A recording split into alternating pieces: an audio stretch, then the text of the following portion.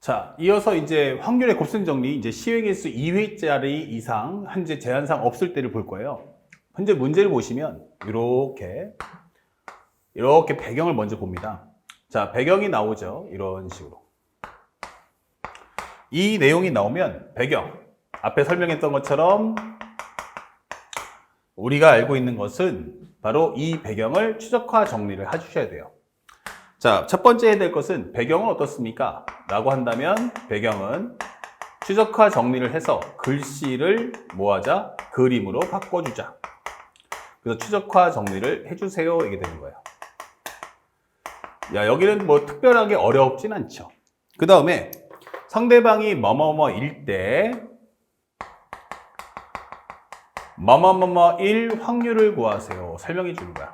확률을 구하시오. 그렇다면 요때 등장하는 내용을 살펴보니까 여기가 바로 표본 공간이 나옵니다. 표본 공간 S. 자, 얘가 등장하는데 이때 옵션이 뭐야? 이게 되는 거죠. 이때 등장하는 옵션이 뭐야? 바로 두 번째. 우리가 알아야 될 표본 공간의 특징이 뭘까? 라고 한다면 이제 시행 횟수가 2회 이상이다. 이렇게 되는 거야. 그쵸? 시행 횟수가 2회 이상인가.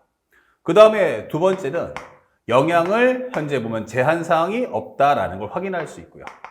제한 상황이 없구나라는 거예요. 이게 특징이에요. 그리고 하나 더 추가하자면 우리가 문제를 볼 때 주의할 부분은 동일 행동인가?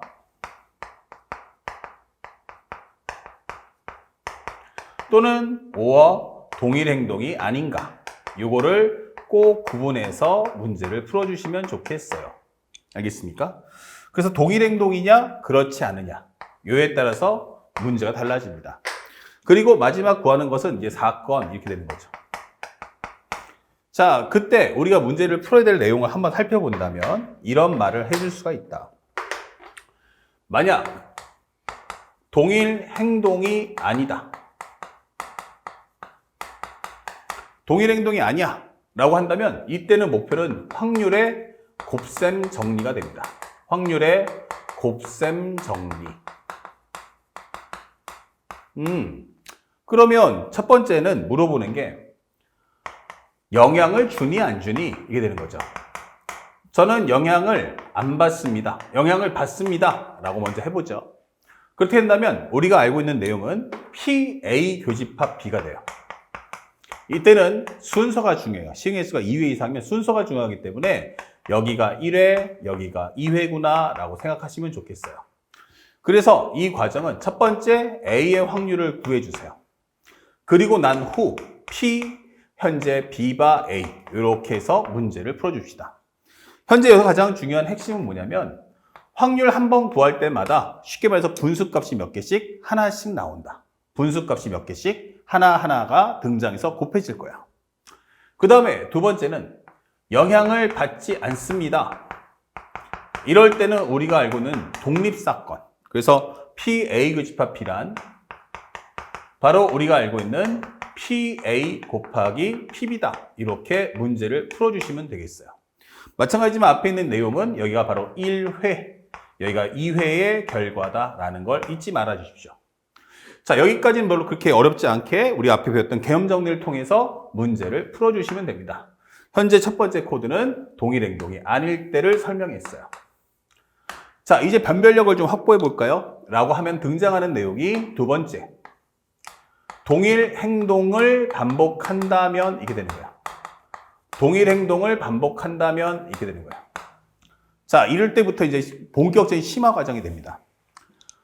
자, 첫 번째는 무엇입니까? 아, 동일 행동이야. 같은 행동 반복한다고? 그러면 우리가 알고 있는 것은 동일 행동인가? Yes. 동일 행동입니다. 그러면서 두 번째는 독립사건입니까?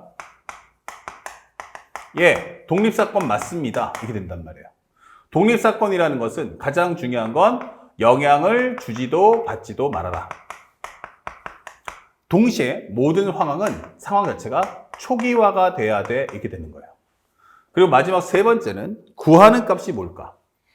그럼 구하는 값, 이것이 바로 횟수여야 한다. 이게 되는 거예요. 자, 이 부분이 바로 킬러 포인트. 구하는 값이 뭐다? 횟수. 이게 되는 거예요. 아, 구하는 값이 횟수구나. 이러면 이 내용의 주제는 바로 독립시행이 됩니다. 독립시행. 그래서 Px가 R일 때는 우리가 앞에서 배웠던 것처럼 N combination R, P의 R승, 1-P의 N-R승. 이렇게 해서 문제를 풀어주시면 됩니다.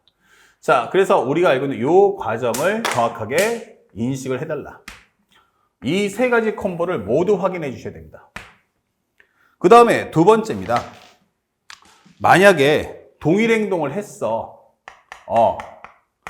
동일 행동인데 중요한 것은 내가 독립사건도 맞아. 아, 독립사건 맞습니까? 예, 맞습니다. 저는 영향을 주지도 받지도 않습니다. 오케이. 그리고 모든 것은 초기화가 됐습니다. 오케이. 그런데 마지막에 구하는 값이 횟수가 아니야. 이게 되는 거예요. 아, 이게 구하는 값이 횟수가 아니구나. 이게 되는 거예요.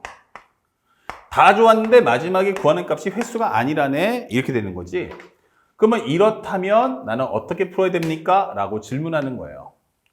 자, 이렇게 된다면 이때는 우리가 알고 있는 독립사건으로 문제 푸시면 됩니다. 독립사건. 냉정하게 보셔서 PA 교집합 B는 현재 뭐다? PA 곱하기 PB로 들어가셔야 됩니다.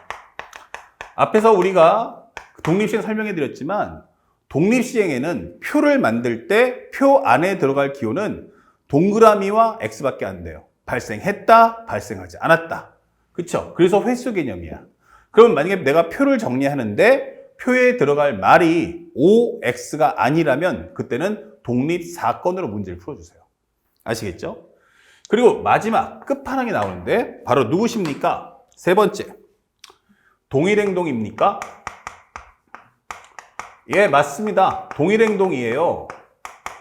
그런데 독립사건입니까? 아니요. 이게 되는 거예요. 독립사건 아니라고 이게 되는 거예요. 그러면 이 말의 의미는 뭐야? 첫 번째. 나는 현재 영향을 주거나 받아야 돼 라고 하는 상황이에요. 이렇게 생기거나 또는 두 번째 초기화가 되지 않았습니다 라고 하는 그 모든 경우는 싹 다 뭐다? 우리가 알고 있는 현재 이 과정. 그럼 이 과정의 이름이 뭐냐? 라고 한다면 바로 수용도다 라고 설명해 줘요. 이것의 이름은 바로 뭐다? 수용도. 수용도? 그러면 이 차이가 뭘까? 라고 한다면 앞의 내용하고 비교해 드릴게요. 현재 여기서는 PA 곱하기 PB라고 하죠. 이걸 잘 봐. 그러면 여기는 네모분의 세모 곱하기 동그라미 분의 별표. 이런 식의 구조예요. 독립사건일 때는요. 각각이 분수값이 따로따로 분리될 수 있다. 알죠? 상황을 1회의 결과와 2회의 결과가 분리된다. 이 뜻이에요.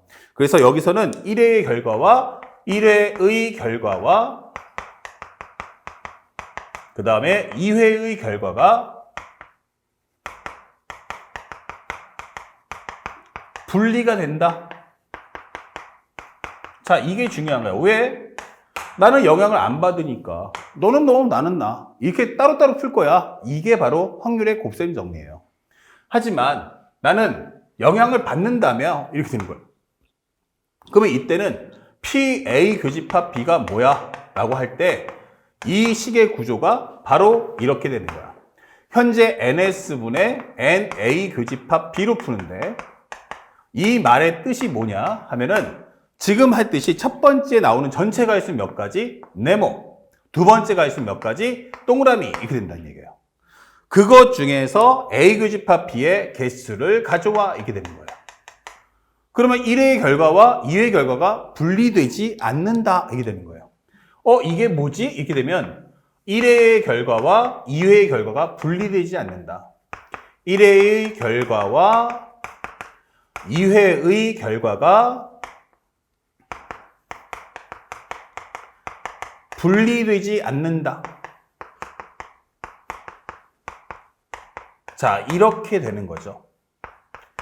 다시 말하면 예를 들어서 이런 설명을 해줄 수가 있어요. 주사위를 2번 던질 때 주사위 2번 던질 때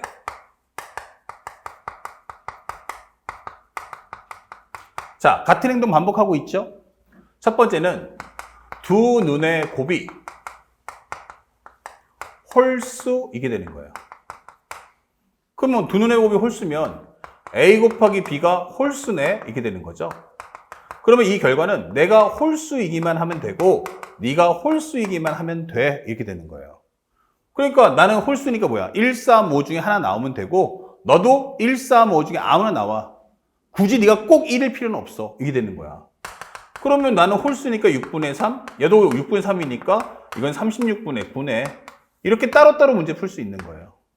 근데 만약에 두 눈의 곱이 4 이렇게 됐단 말이에요. 자, 이렇게 돼버리면 이때는 너는 너 나는 나가 안 되죠.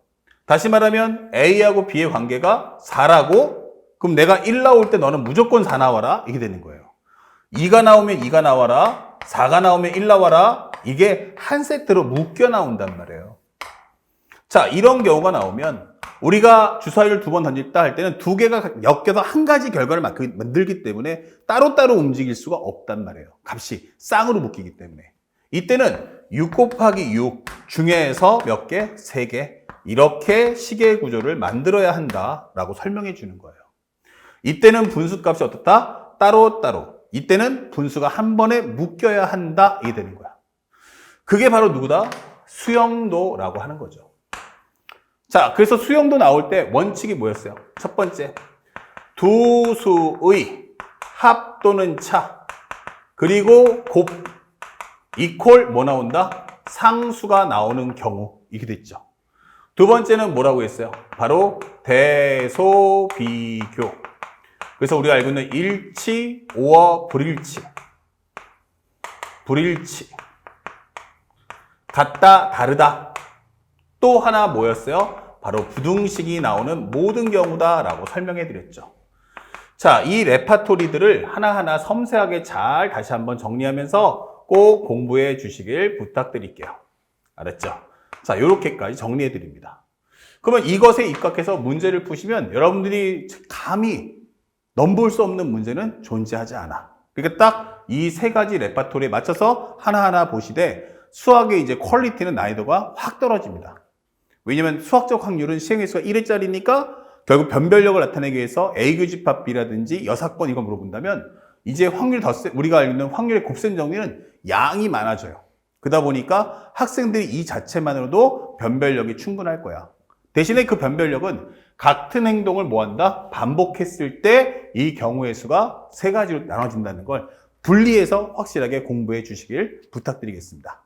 자, 바로 연결해서 지금부터 확률의 곱셈 정리 문제풀이 시작하겠습니다.